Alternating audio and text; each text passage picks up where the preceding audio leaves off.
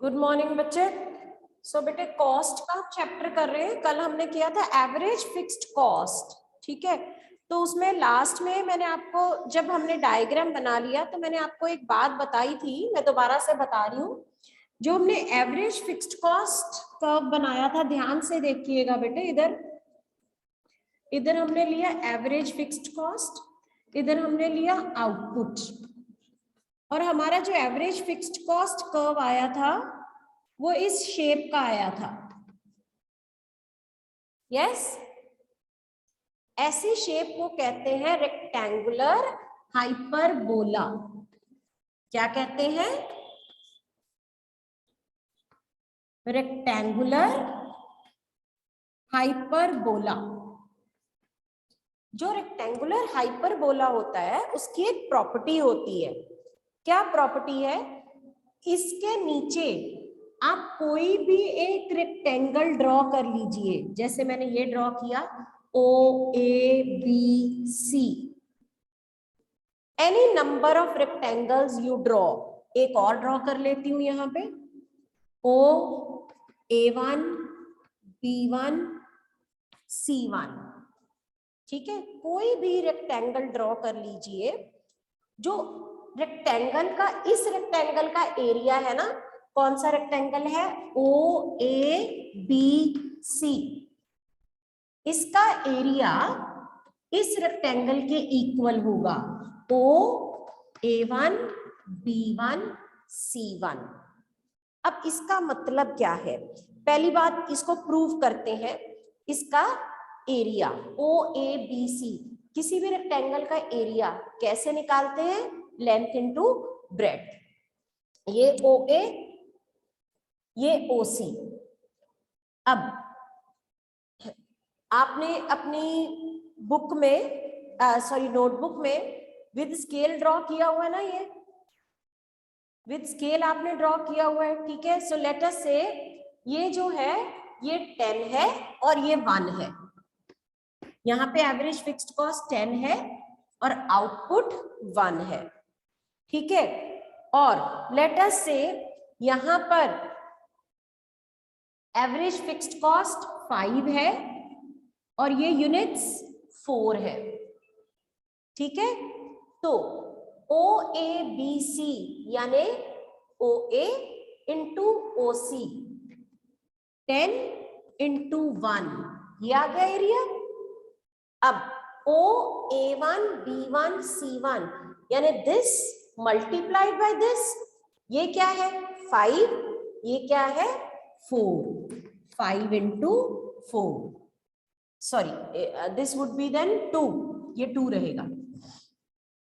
5 into 2, तो 10 equals 10, ठीक है। एरिया दोनों का सेम आया। अब एरिया रिप्रेजेंट क्या कर रहा है? ये एवरेज फिक्स्ड, ये लेंथ है, ये लेंथ क्या है? एवरेज फिक्स्ड कॉस्ट है। ये क्या है? ब्रेड्थ, आउटपुट है। तो average fixed cost into output, this gives you what? Total fixed cost. Her level of output पर टोटल फिक्स्ड कॉस्ट सेम रहेगी। Fixed cost is always same, ठीक है। तो यानी आप जहां से मर्जी फिक्स्ड कॉस्ट निकाल लो, it will give you the same answer, that is 10 rupees, ठीक है। चलते हैं आगे एवरेज वेरिएबल कॉस्ट पे। पहले लिख लो, what is average variable cost? It is variable cost per unit of output produced. Write down, average variable cost is per unit variable cost, per unit variable cost of producing the commodity. It is equal to, average variable cost is equal to total variable cost over output, ठीक है। तो हम इसको table से भी show करेंगे। Diagram से भी शो करेंगे। तो टेबल मैंने आउटपुट लिया है, पहले 1 to 8 ले लीजिए। वेरिएबल कॉस्ट जो हमने ऑलरेडी फिगर्स ली थी 10, फिर 8 का डिफरेंस, फिर 6 ऐड कर दिया, फिर 4 ऐड किया, फिर 4 ऐड किया, फिर 6 ऐड किया। ठीक है, मतलब इंक्रीजिंग में करना है, तो आप एक ही लर्न कर लीजिए। फिर 8 ऐड किए, फिर 12 ऐड कर दिया मैंने। मैम यस बेटे। मैम अपने कॉस्ट के बाद क्या बोला था? Average variable cost is per unit cost. Per unit variable cost of ma'am thank you. producing the commodity, per unit variable cost of producing the commodity। और इसको कैलकुलेट कैसे करते हैं? Total variable cost divided by output. ठीक है, तो ये variable cost आ गया। Now you can calculate average variable cost which is equal to total variable cost over output. इसको इससे डिवाइड कर दीजिए। 10 divided by 1, 18 divided by 2, 24 divided by 3, 28 divided by 4, 32 divided by 5, 38 divided by 6, 46 divided by 7, 58 divided bye 8। ठीक है, so let us draw average variable cost का। उससे पहले average variable cost का बिहेवियर यहीं से देख लो। As the output increases, at first average variable cost goes on diminishing. After reaching a minimum point it starts increasing. तो can you tell me, इस बिहेवियर से आप इतना जज कर सकते हैं कि एवरेज वेरिएबल कॉस्ट कर्व की शेप कैसे होगी जब हम इसको ड्रॉ करेंगे? उसकी शेप कैसी होगी? कैन एनीवन टेल मी?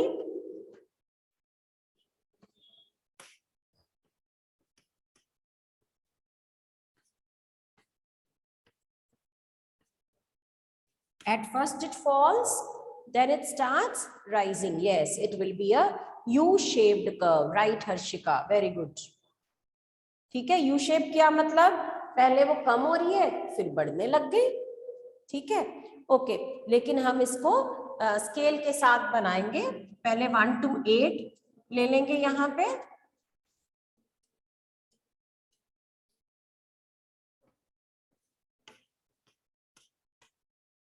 और इधर हम 2 का स्केल ले लेते हैं।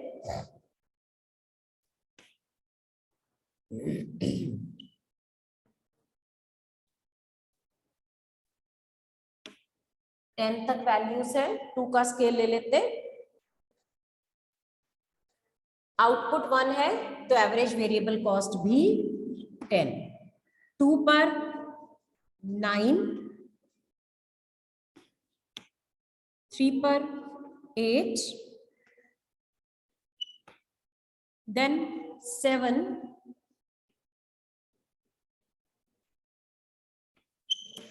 then 6.4, 6.3,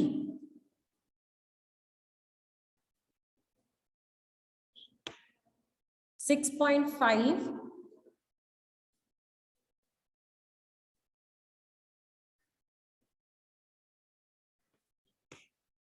7.2. Join these points, you get a curve which is a U-shaped curve.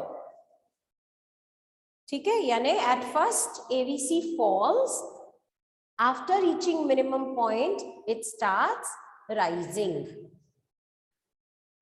पहले पहले जब हम प्रोडक्शन बढ़ाते हैं तो हमें कुछ इकोनॉमीज मिलती हैं, बेनिफिट्स मिलते हैं। एज अ रिजल्ट हमारी एवरेज वेरिएबल कॉस्ट कम होती जाती है, लेकिन there after we start getting some diseconomies, as a result AVC goes on increasing. ठीक है, आप नीचे लिख सकते हैं AVC is a U-shaped curve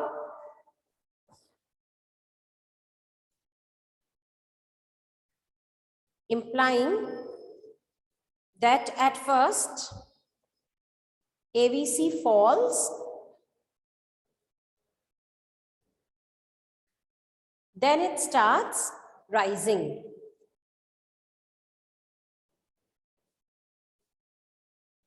Then it starts rising. It is because of application of law of variable proportions.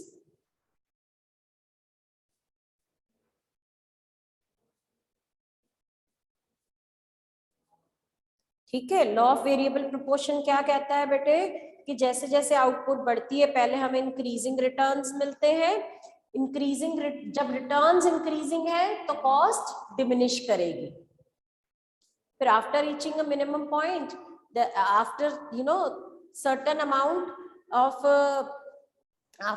after certain point of time the producer starts getting decreasing returns. So when you get decreasing return, your average variable cost goes on increasing. जब producer को increasing returns मिलते हैं तो उसकी cost diminish करती है, जब producer को डिक्रीजिंग रिटर्न्स मिलते हैं तब उसकी कॉस्ट इंक्रीज करने लग जाती है। ठीक है, ओके, नेक्स्ट लिखिए average cost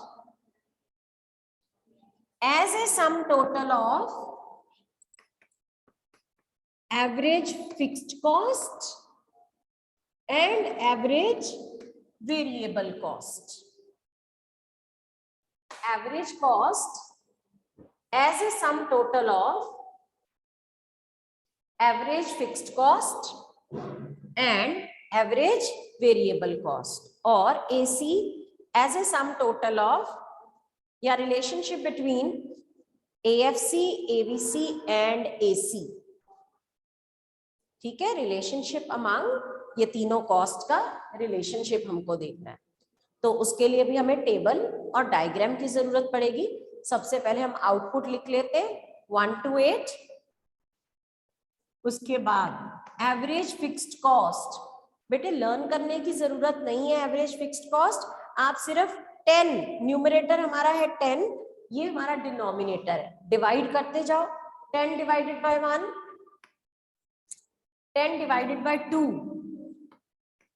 10 divided by 3, 10 divided by 4, 10 divided by 5, 10 divided by 6,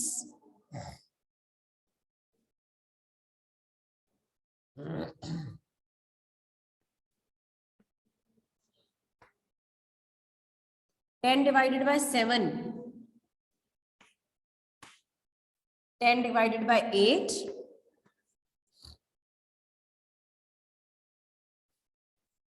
ये हमारा हो गया average fixed cost. Average variable cost अभी हमने जो लिखा था, ठीक है, वो दोबारा से नोट डाउन कर लीजिए।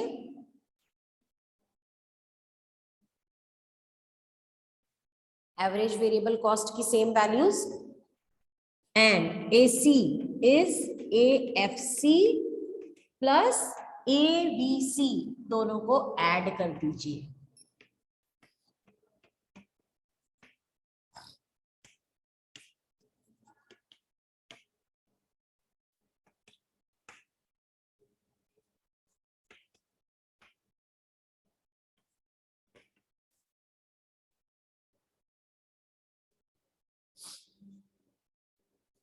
ठीक है,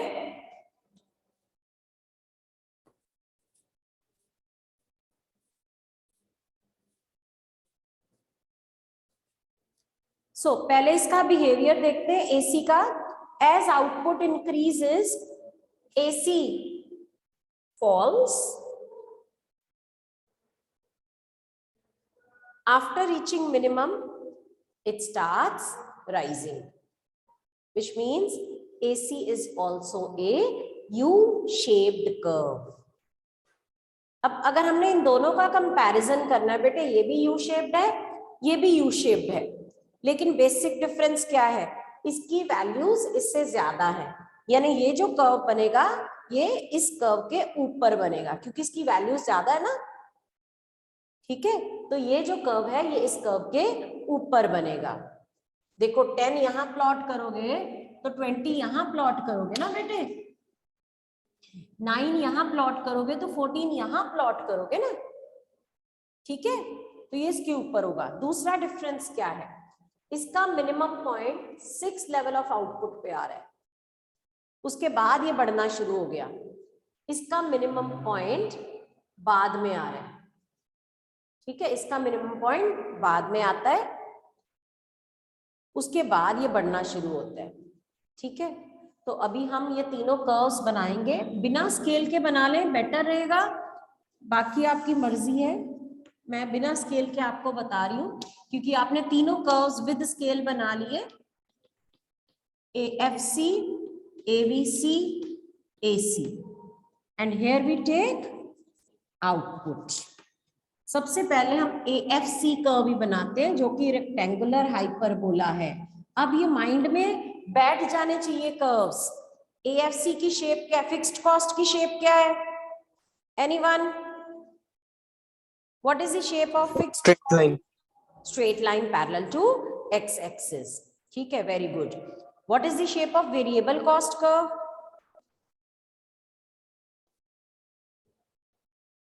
मैम नीचे को डिमिनिशिंग। नहीं, नीचे को तो variable cost curve upward sloping है, ओरिजिन से शुरू होता है इन्वर्टेड एस, हाँ जी, यस हर्षिका, अपवर्ड स्लोपिंग है एंड स्ट्रेट लाइन नहीं है, कनकेव देन कॉन्वेक्स, ठीक है, ये याद होनी चाहिए चीजें। एवरेज फिक्स्ड कॉस्ट की शेप रेक्टेंगुलर हाइपरबोला, ठीक है। अब एवरेज वेरिएबल कॉस्ट कर्व बनाएंगे, यू शेप्ड होता है, तो बिना स्केल के देखो हम कैसे बनाएंगे, आप यहां से शुरू कर लो, चाहे ये बना लो, एवरेज वेरिएबल कॉस्ट। अब अगर इसका मिनिमम पॉइंट ये आ रहा है, इसको नाम दे दो A, जहां पर भी आ रहा है, हो सकता है आपका लेफ्ट साइड आए, हो सकता है आपका राइट साइड आए, मेक्स नो डिफरेंस, ठीक है। अब AC का यू शेप भी बनाना है, लेकिन इसके ऊपर बनाना है ऑब्वियसली, क्योंकि इसमें ऐड किया हुआ एवरेज फिक्स्ड कॉस्ट को, तो ये उससे बढ़ गया है ना, इसकी वैल्यू ज्यादा है, तो एवरेज कॉस्ट कर्व इसके ऊपर बनेगा, ठीक है। दूसरी बात मैंने क्या कही थी, इसका मिनिमम पॉइंट पहले आ रहा है, इसका मिनिमम पॉइंट बाद में, ये दोनों मिनिमम है, लेकिन यहाँ पे मतलब बढ़ना इसके बाद शुरू हो रहा है, ठीक है। ये पहले बढ़ना शुरू हो गया ना, यहाँ पे बढ़ना शुरू हो गया, ये एवरेज कॉस्ट जो है वो बाद में बढ़ना शुरू होगा, तो उसका मिनिमम पॉइंट इसके बाद आएगा, ये लो, ये एवरेज कॉस्ट,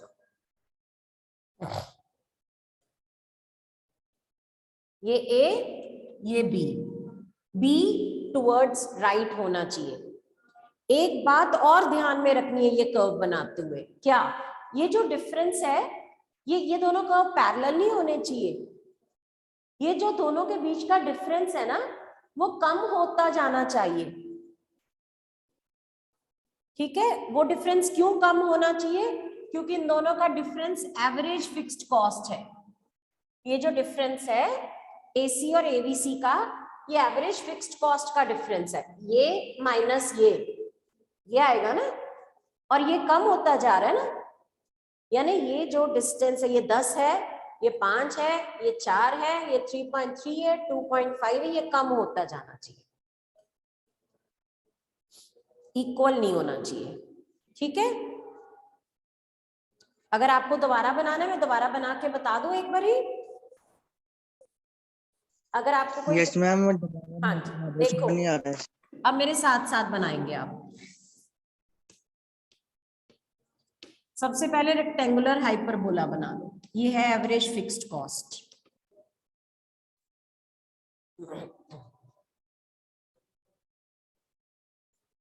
ठीक है, यहां तक कोई प्रॉब्लम नहीं। एवरेज वेरिएबल कॉस्ट में भी कोई प्रॉब्लम नहीं, यू शेप्ड कर्व बना दो, ये लो, और ये इसका मिनिमम पॉइंट लिख दो। ये दो कर्व्स में कोई परेशानी नहीं, लेकिन तीसरे कर्व बनाते हुए आपको 2-3 बातें ध्यान में रखनी है। पहली बात, AC इसके ऊपर है। दूसरी बात, AC का मिनिमम पॉइंट इसके बाद आएगा राइट को। तीसरी बात, AVC और AC का जो डिफरेंस है वो कम होता जाना चाहिए। तो यहां से मैंने शुरू किया, नीचे को तरफ गया क्योंकि यू शेप देखना है। ये इसका मिनिमम पॉइंट है, हमें इसके बाद मिनिमम पॉइंट चाहिए, तो जाते जाओ। अब इसको ऊपर करना शुरू करो। ये आ गया आपका AC, ये आ गया इसका मिनिमम पॉइंट, और देखो ये डिफरेंस भी कम होता जा रहा है।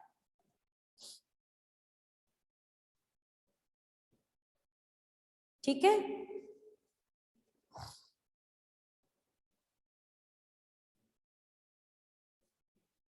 now again why AC is a U-shaped curve? ये भी फिर आप पूछ सकते हो ऐसा क्यों है कि एवरेज कॉस्ट पहले गिरती है फिर बढ़ने लग जाती है। दो कारण में हम इसको एक्सप्लेन कर सकते हैं। First, it is a sum total of AFC and AVC।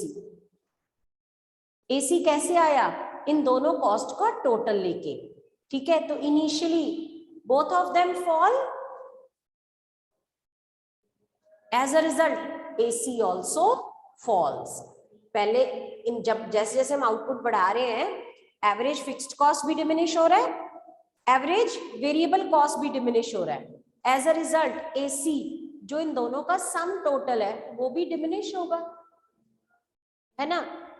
After certain point of time AFC तो गिरी जा रहा है अभी, लेकिन AVC बढ़ना शुरू हो गया। ये धीरे धीरे कम हो रहा है, ये तेजी से बढ़ रहा है। सो दोनों में से किसका इफेक्ट ज्यादा रहेगा? The rate of increase in AVC is greater than the rate of fall of AFC। सो इन दोनों का क्यूमुलेटिव इफेक्ट क्या पड़ा? किसका ज्यादा इफेक्ट पड़ा? AVC का, जो कि बढ़ रहा है। तो as a result AC starts rising. ठीक है, दूसरा कारण वही है, law of variable proportion. Initially average cost falls because of application of law of increasing returns. ठीक है, हमें लॉ ऑफ इंक्रीजिंग रिटर्न्स मिल रहे हैं, इसीलिए एवरेज कॉस्ट डिमिनिश हो रही है।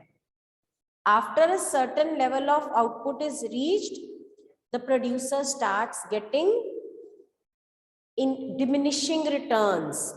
So when returns are diminishing, average cost goes on increasing. ठीक है, so due to law of variable proportion, AC is a U-shaped curve. ठीक है बेटे, अब ये हो गया हमारा सेकंड कॉन्सेप्ट कॉस्ट का, which was average cost. ठीक है, अब थर्ड कॉन्सेप्ट पे आते हैं, marginal cost.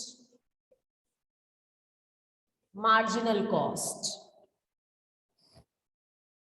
What is marginal cost? It is addition made to the total cost, addition made to the total cost when one more unit of output is produced. Addition made to the total cost when one more unit of the output is produced. So let us say हम 10 units produce कर रहे हैं और हमारी total cost जो है 100 रुपया है। अगर हम 11 यूनिट्स प्रोड्यूस करते हैं, हमारी टोटल कॉस्ट 110 रुपए आ जाती है। तो उस केस में एक और यूनिट ऑफ आउटपुट प्रोड्यूस करके हमारी कॉस्ट में कितना इंक्रीज आया, 10 रुपीज। ये 10 रुपीज हमारी क्या है, मार्जिनल कॉस्ट है। Addition made to the total cost when one more unit of output is produced. इसका फॉर्मूला लिख लीजिए, MCN equals TCN minus TCN minus 1. nth unit की अगर हमें आउटपुट कॉस्ट निकालनी है, मार्जिनल कॉस्ट, तो nth की टोटल कॉस्ट और n माइनस 1 यानी 8th की टोटल कॉस्ट माइनस कर दीजिए, आपके पास आ गई मार्जिनल कॉस्ट। और इसको हम ऐसे भी लिख सकते हैं, it is equal to delta TC over delta Q। ठीक है,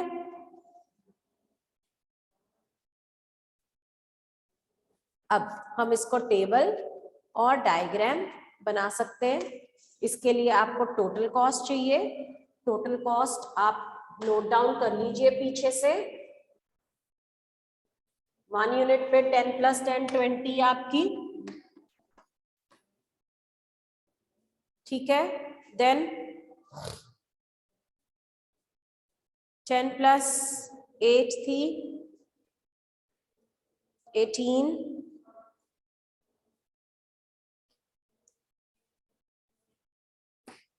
24,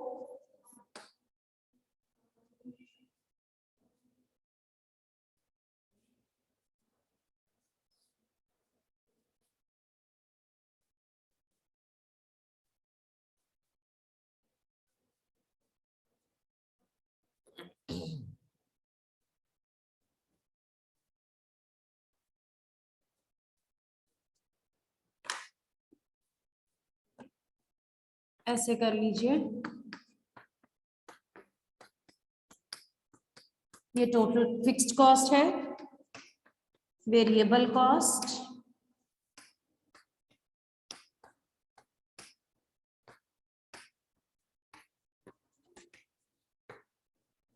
टोटल कॉस्ट, दोनों को ऐड कर लीजिए।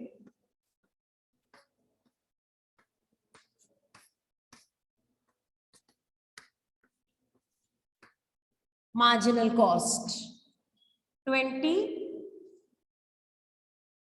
टोटल कॉस्ट आप 0 पर भी ले लो इसको। 0 पर फिक्स्ड कॉस्ट 10 है, वेरिएबल कॉस्ट 0 है, टोटल कॉस्ट 10 है, तो 0 पर मार्जिनल कॉस्ट कुछ नहीं आएगी। 1 पे marginal cost 20 minus 10, 10, 28 minus 20, 34 minus 8, ठीक है ना बेटे। माइनस करना है कंसेक्यूटिव लेवल ऑफ आउटपुट पे जो टोटल कॉस्ट है उसका डिफरेंस ले लेना है।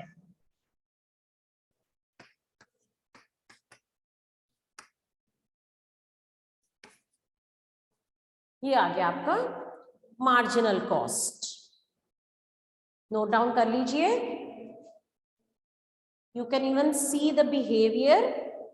At first it falls 10, 8, 6, 4, 4, reaches minimum, thereafter it starts rising, 4 के बाद 6, 8, 12, ठीक है। तो जब आप इसको ड्रॉ करेंगे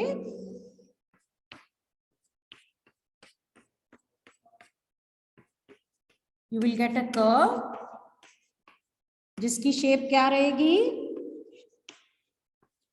who will tell me?